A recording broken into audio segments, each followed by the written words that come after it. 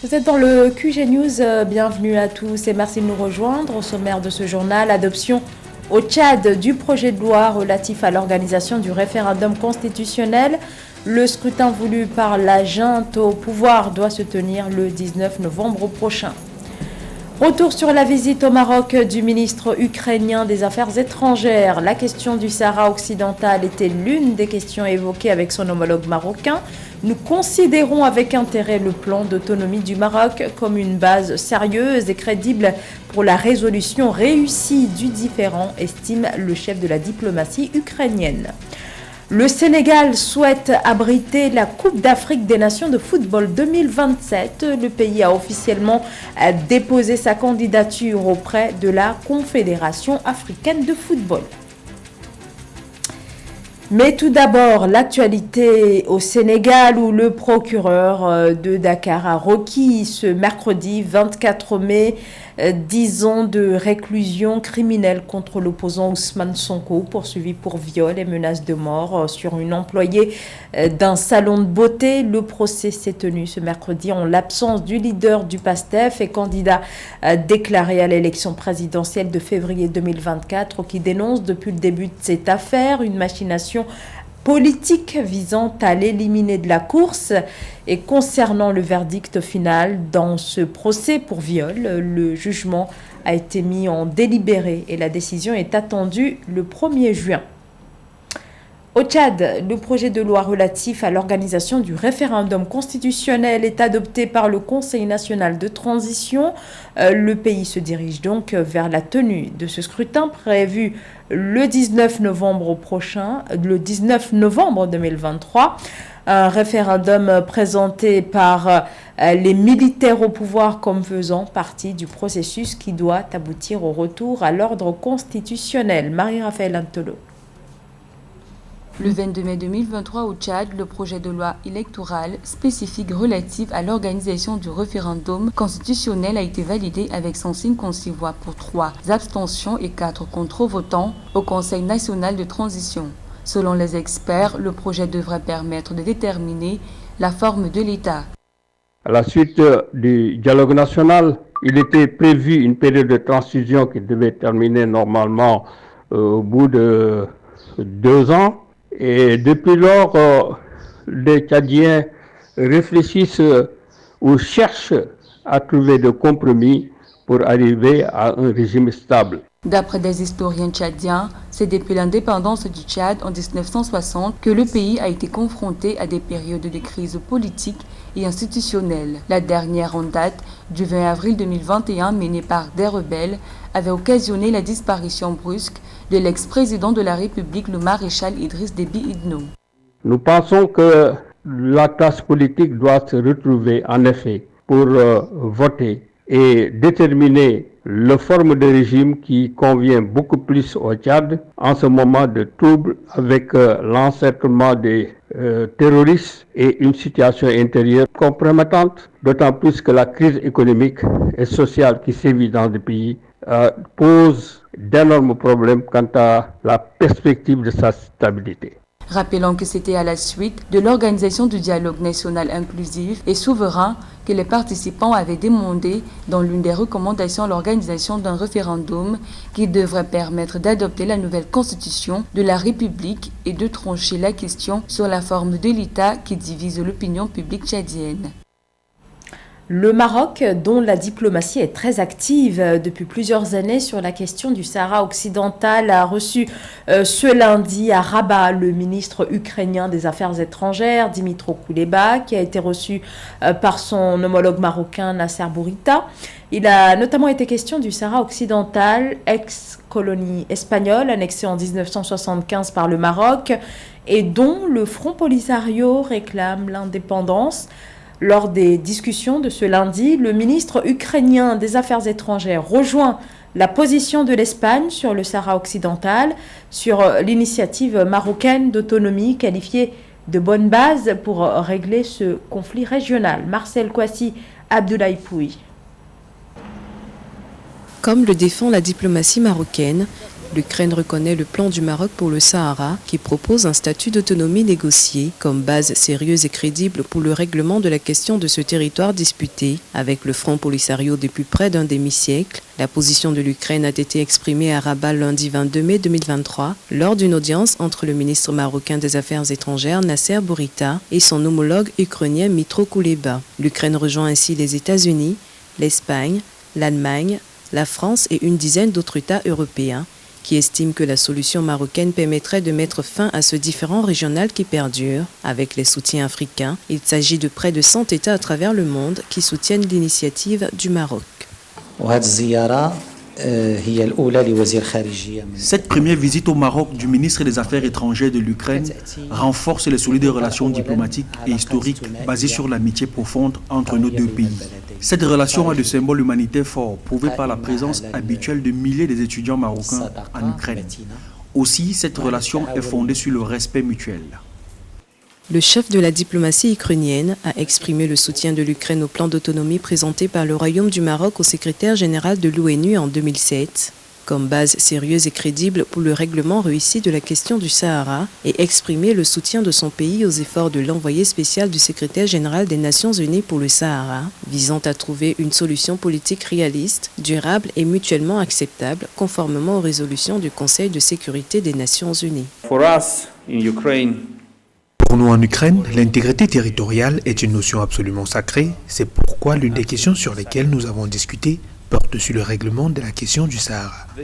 Nous comprenons qu'elle est essentielle pour la sécurité et la paix régionale. L'Ukraine se conforme et soutient les efforts de l'envoyé personnel du secrétaire général des Nations Unies pour le Sahara occidental en vue de parvenir à des solutions politiques réciproquement acceptables et en coordination avec la résolution principale du Conseil de sécurité des Nations Unies.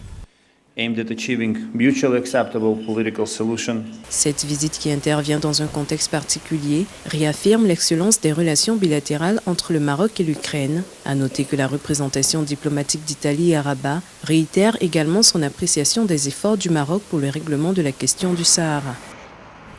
Au Gabon, la date de la prochaine élection présidentielle prévue cette année n'a toujours pas été fixée, mais la liste des potentiels candidats tente à se préciser, notamment du côté de l'opposition. À la tête de l'Union nationale depuis 2021, Paulette Missombo est investie candidate du parti, elle qui depuis les années 90 est l'une des principales figures de la vie politique gabonaise. Séverin Douqueux. Paulette Missombo a été investie candidate de l'Union nationale pour challenger le président Ali Bongo lors du scrutin présidentiel prévu cette année au Gabon. À la tête de l'Union nationale depuis 2021, celle qui préside ce parti d'opposition radicale a reçu le quitus des congressistes samedi 20 mai 2023 lors d'un congrès organisé à Oyem dans le nord du Gabon. Je suis particulièrement sensible à la marque de confiance que cette auguste assemblée vient de me témoigner. J'accepte de porter la responsabilité que vous venez de me confier. Je suis candidate à l'élection présidentielle de cette année 2023. Paulette Missombo, l'une des principales figures politiques du pays, nourrit à travers cette candidature l'ambition de construire un Gabon pour tous, solidaire, digne et respecté. Au cœur de son projet de gouvernance, des retraités, mais surtout une gestion parcimonieuse visant à garantir une répartition équitable des richesses nationales afin d'offrir le mieux-être à chaque citoyen. Ancienne ministre gabonaise de l'Éducation nationale sous le défunt président Omar Bongo, elle avait claqué la porte du parti au pouvoir, le PDG, en 2009 pour rejoindre l'opposition. Un seul et unique programme rend sa dignité, sa liberté et sa fierté aux Gabonais. C'est ce combat qui rendra tous les autres possibles. Notre ennemi, c'est la gouvernance qui n'assure plus aux retraités un traitement digne et le versement régulier et complet de leur pension. L'opposition avait annoncé qu'elle se battrait pour une candidature unique autour de la plateforme Alternance 2023, dont le pacte d'adoption a été signé le 3 janvier 2023 entre les partis politiques de l'opposition, les personnalités indépendantes et les organisations de la société civile engagées pour le changement. La candidature de Paulette Missombo, qui jusqu'au 3 mai 2023 donnait les rênes de la dite plateforme, laisse planer le spectre d'une opposition à rang dispersé à la présidentielle dont la date reste attendue. Pour l'heure, la bataille à l'invite à l'inscription du maximum de personnes sur les listes électorales, une opération d'enrôlement qui court jusqu'au 7 juin 2023. Au Mali, le gouvernement de transition a signé un accord de financement de 500 millions de dollars, un accord avec la Société internationale islamique de financement du commerce. Les autorités au pouvoir indiquent que ce fonds d'un demi-milliard de dollars est destiné à renforcer des secteurs vitaux tels que ceux de l'énergie et de la sécurité alimentaire. Les précisions de Samantha Saberou-Saboubanga.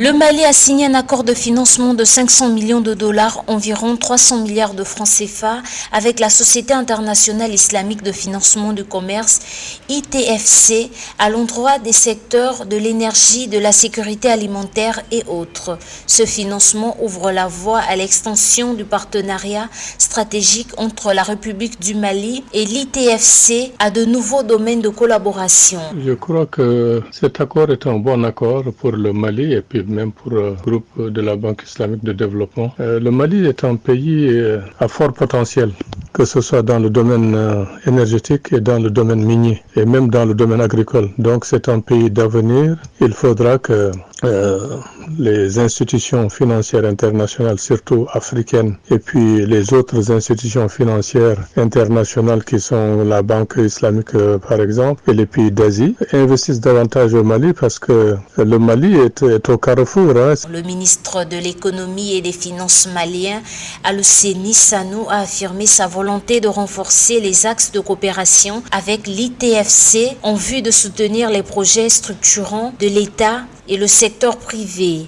L'accord cadre signé vise par ailleurs de nouveaux domaines de collaboration, notamment l'achat de produits alimentaires et pétroliers, l'agriculture, la santé et le renforcement des capacités de financement du secteur privé à travers les banques locales. Je crois que investir au Mali, c'est investir pour l'avenir, investir pour le développement, et il faudra accompagner les autorités maliennes maintenant qui cherchent par tous les moyens à sortir le Mali du marasme économique ambiant qui règne pas seulement au Mali mais dans toute l'Afrique et dans le monde entier, avec la crise ukrainienne et puis avec l'inflation galopante qui sévit à travers le monde. La signature de cet accord cadre permettra également au Mali de bénéficier de programmes d'assistance technique et de renforcement des capacités dans le cadre du programme des ponts du commerce arabo-africain. Ainsi, selon les autorités maliennes, cet accord cadre devrait permettre de promouvoir le développement économique du Mali et d'améliorer les conditions de vie des populations.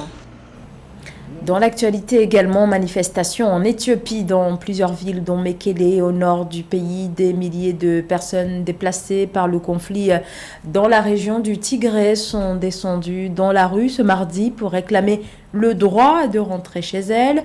Après avoir été obligées de fuir les combats qui ont opposé le gouvernement fédéral éthiopien, le Front de libération du peuple du Tigré et le Front de libération Oromo de novembre 2020 à novembre 2022. 2 ans de guerre civile qui ont fait près de 600 000 morts et 2 millions de personnes déplacées.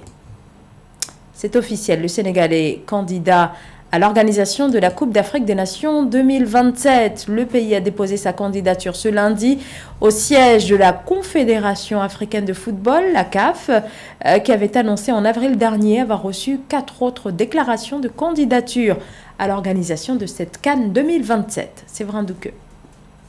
Le Sénégal nourrit l'ambition d'organiser la Coupe d'Afrique des Nations de football sur son sol.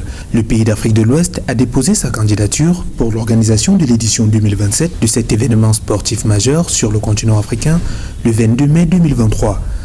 Selon le vice-président de la Fédération sénégalaise de football, Abdoulaye Seydou Sow, une délégation sénégalaise a été envoyée en Égypte au siège de la Confédération africaine de football afin de soumettre cette candidature. Une candidature qui intervient au moment où le football sénégalais connaît une montée en puissance avec de très bons résultats dans toutes les catégories. Ici, au niveau du Sénégal, on a quand même l'expertise en termes de ressources humaines. Les gens sont très bien outillés. On a organisé pas mal de compétitions internationales, CHAN, CAN, tournois de l'UFOA via les petites catégories. Donc maintenant que voilà les résultats suivent, vous voyez les résultats qu'on fait à l'international par rapport à toutes les catégories ces 2 dernières années, il ne nous reste que l'organisation. La candidature sénégalaise a été précédée par une triple candidature est-africaine portée portés par l'Ouganda, le Kenya et la Tanzanie. Une candidature dénommée East African Country Pamoja AFCON 2027 entendait Nations africaines ensemble pour la CAN 2027. Pamoja signifiant ensemble en Swahili. La candidature a reçu la bénédiction et le soutien du président ougandais Yoweri Museveni selon sa déclaration sur son compte Twitter.